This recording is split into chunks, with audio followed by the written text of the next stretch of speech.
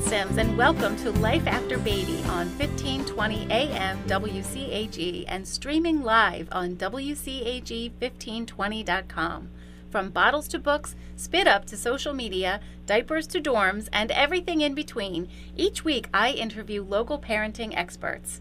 Sarah Kuhn is with us today. She is the founder of Juna, a fitness and nutrition app designed specifically for pregnancy and postpartum moms.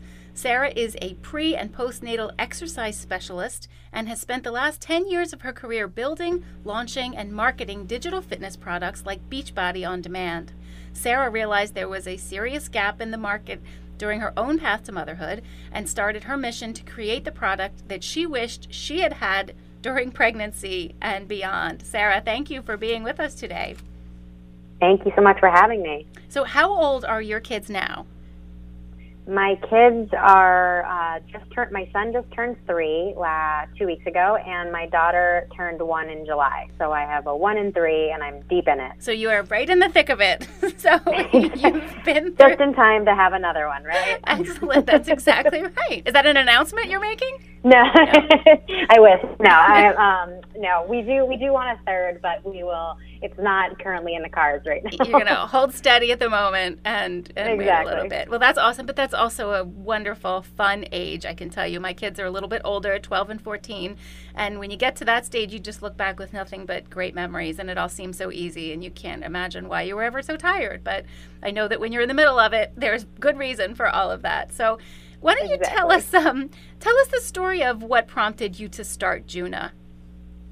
Yeah, so I had been working in the digital fitness world for the last 10 years, and at those companies, I realized that the majority of our customers were women, yet we never had anything specific for this particular period in their life. And that wasn't that important to me until I got pregnant myself and realized that while I was a fitness professional, I had been a competitive athlete my entire life, I still didn't know what I could or couldn't do while I was pregnant. And so the first thing I did was I got on Google and started Googling what does it mean to have a healthy pregnancy. And if anyone out there is listening has done that, they'll know how terrifying that is, because you could pretty much prove or disprove anything, and the amount of information out there that is either false or outdated is just endless. So I kind of spent my first pregnancy just nervous or frustrated, and was never really comfortable with the fitness that I was doing. With my second pregnancy, I had been on this road before and felt a little bit more comfortable and knew really what I could and couldn't do. But I still, after talking to lots of friends, realized that this frustration was not just me. We were kind of all in the same boat with knowing that there wasn't really a product out there that was designed with this special period in mind. And after being at several of these companies, realizing that none of them really wanted to attack this problem, I decided that this was time for me to go out on my own and create the product that I wanted. Excellent. Excellent. And there is a need for that. I recall speaking to my own obstetrician, and I got, kind of a very general, vague line about, yeah, take it easy. You're fine. Yeah. But nothing, no specifics. No, you have so many worries about your belly and what's good for the baby and getting too overheated or too, were you doing any damage and all of those things. So, yeah. It's not really the OB's job to tell you, they have so many other things that they need to be worrying about that, I remember asking my OB, and they're like, yeah, just make sure that you're walking. And I'm like, I've run marathons. Right. I do I'm just like, that's just not going to be enough. Nor is that really what's good for the baby. There is a place for doing the type of exercise that you were doing before, and there's so many benefits. But I could go on forever. Right. No, that's a really good point. And in defense of obstetricians, yeah, I would much rather have them know about other things related to my baby and my pregnancy, and not necessarily know whether a kettlebell swing was good or not. Exactly. There are experts in other areas that can speak to that, and you're one of them. So right, specialization of labor, right? Yeah. What a great idea to start this. And I guess you found it that people were receptive to it right away. There was a great need for it. Definitely a great need for it. I think I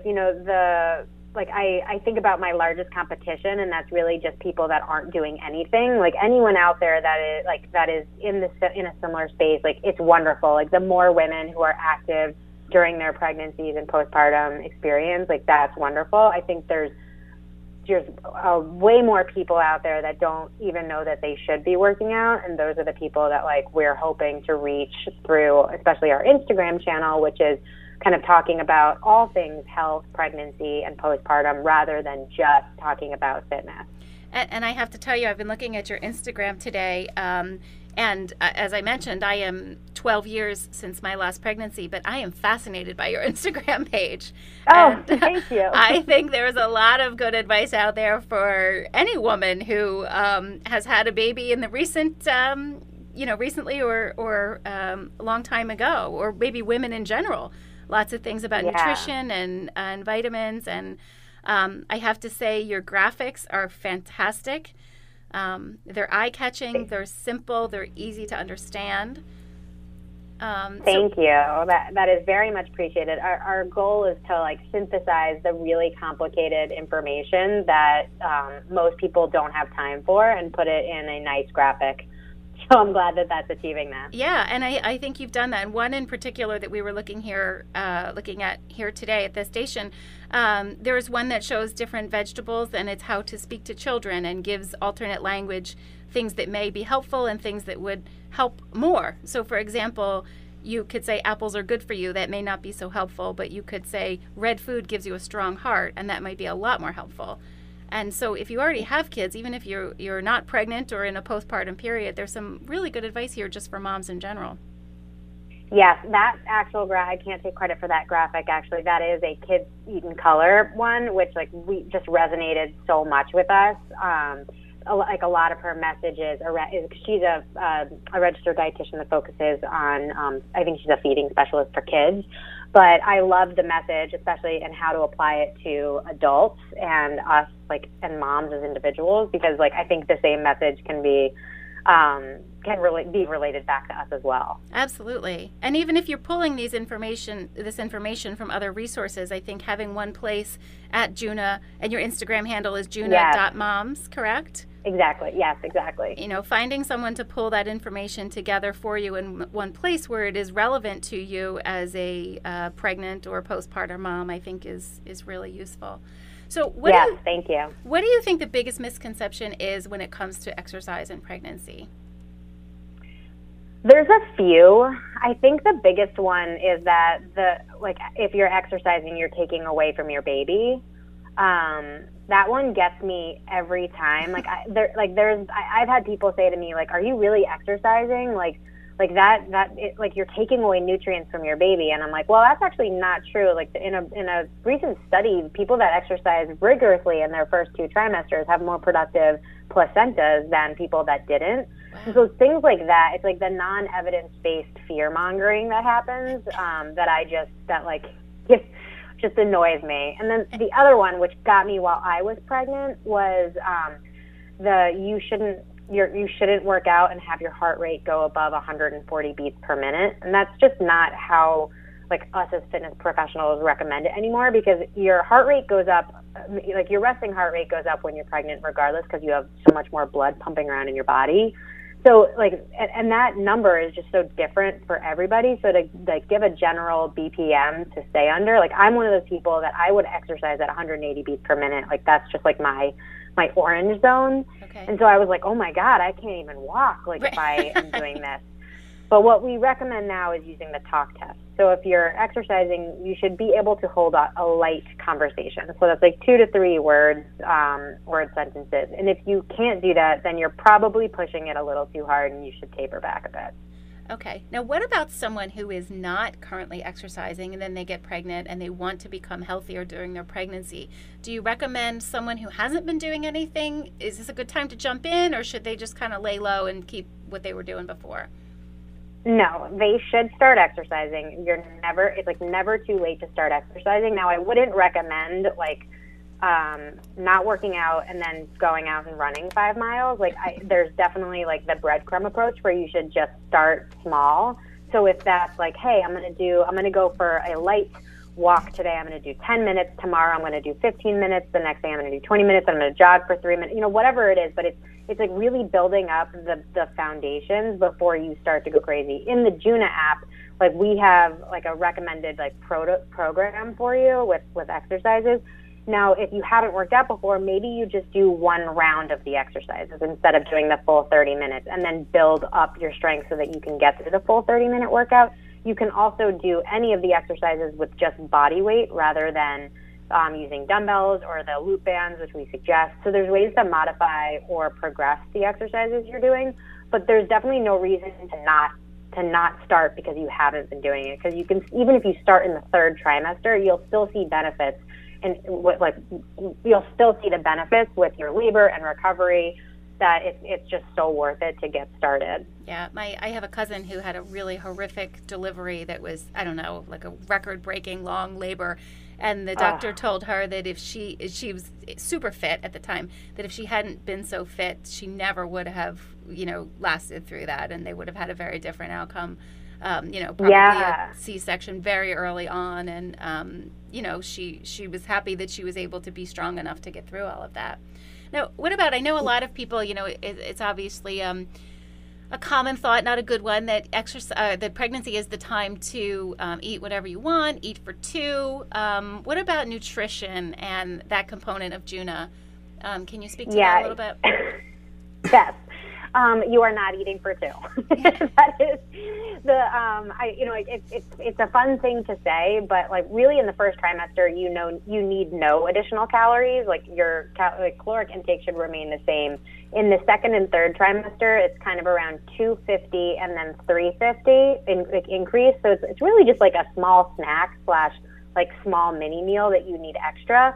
And the way that we lay it out a little bit differently, where like maybe during breakfast you add avocado to your toast. So and then at lunch you add peanut butter to, but just like small incremental changes to each meal to help add up those calories so that you're not just like having an ice cream sundae at the end of the day because you need 450 extra calories. How did you know that was going to be my example? That's exactly what I was going to say, right?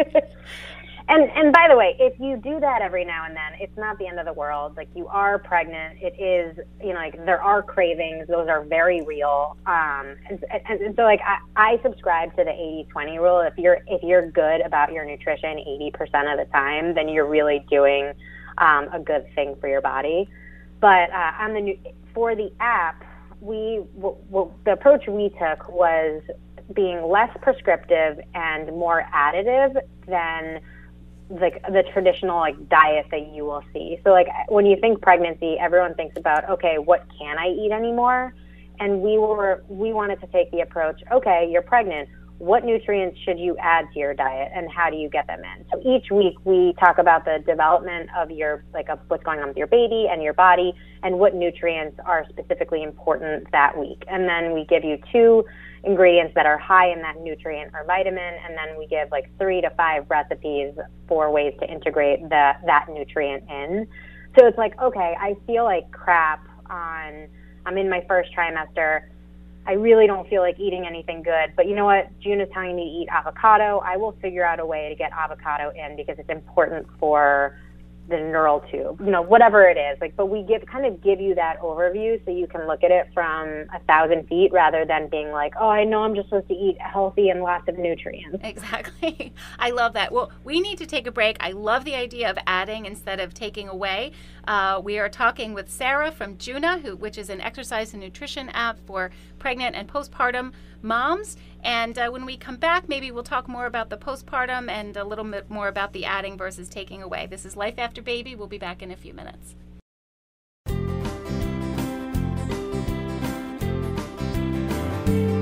Welcome back to Life After Baby. I'm Luanne Sims. Today we are talking with Sarah Kuhn, who is the founder of Juna, a fitness and nutrition app for pregnant and postpartum women. Before we get back to talking about fitness and nutrition, we'd like to give a thank you to our sponsor, A Taste of Olive, featuring high-quality extra virgin olive oils and balsamics from around the world. They have 2 locations, one in Chestnut Hill and one in Westchester Borough. Or you can visit them online at atasteofolive.com, and you can use the coupon code FAMILY to receive 10% off your online order. So thank you to A Taste of Olive. Sarah, before we had to go to break, we were talking a little bit about postpartum. I'd like to talk about that in terms of exercise. How soon can women get back, and what kinds of things should they be doing after the baby's born? Yes. So the first 0 to 6 weeks, you should really be focusing on, bonding with your baby, healing your body, and recovering in that way. We do recommend that you immediately start doing Kegels and pelvic floor strengthening exercises so that you can start encouraging that core connection between your pelvic floor and your diaphragm, because that will help heal whatever diastasis you have, and it will also start to encourage basically the connection between your pelvic floor and diaphragm, which has been lost while you're pregnant. That will also help with blood flow to the area, which will help with healing. Now, you should definitely check with your OB before you resume exercise. Most people get that approval at 6 weeks, but if you're feeling off, if anything feels wrong, definitely ask your OB if you can see a pelvic floor specialist or a PT, because that's one of those things that we just postpartum care in America is really terrible, and most times you just go in, they make sure that your vagina is okay, and they're okay, get and back they sign to it. off, right? You're good. Go have a great life. Yeah. That's very true. In most cases, people aren't. There's just been a lot of things that have happened, and it's painful sex isn't normal.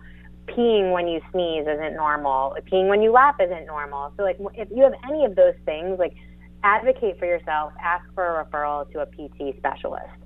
Excellent. If you're experiencing none of that and you're feeling good and you want to resume exercise, then most people get the approval at 6 weeks. And that doesn't mean you are ready to go for a run again. It may mean that you're ready to go for a run again, but most people kind of have to rebuild that strength, and especially in your pelvic floor, because you have this muscle, essentially, or layers and layers of muscles that acts as a hammock for the rest of your organs. And it has been under a lot of stress for the last 9 months.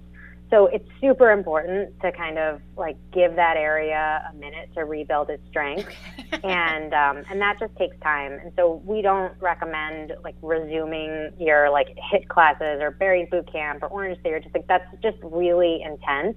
And in the Juna app, we have 2 postpartum. We have our ab rehab, which is essentially the 0 to 6 week period where you're just working on your pelvic floor. Okay. And then we have postpartum 1, which kind of starts to reintegrate exercises that you were doing in the third trimester to kind of rebuild your strength. And then our postpartum 2 program is kind of getting you back to where you were pre-pregnancy.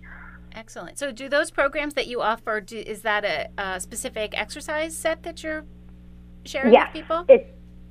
It's all exercise. It's video-based exercises in the app, and so you just would essentially follow along. There's a calendar. Mondays are Barlates, Tuesdays are Total Body, and you don't have to think. You just literally press play in the app and follow along with the exercises. Excellent. Which is also good for if you're home with a baby and trying to find time, which we can talk about in a minute, how to find time to get your exercise in. Before we move on to that, what about nutrition in the postpartum period?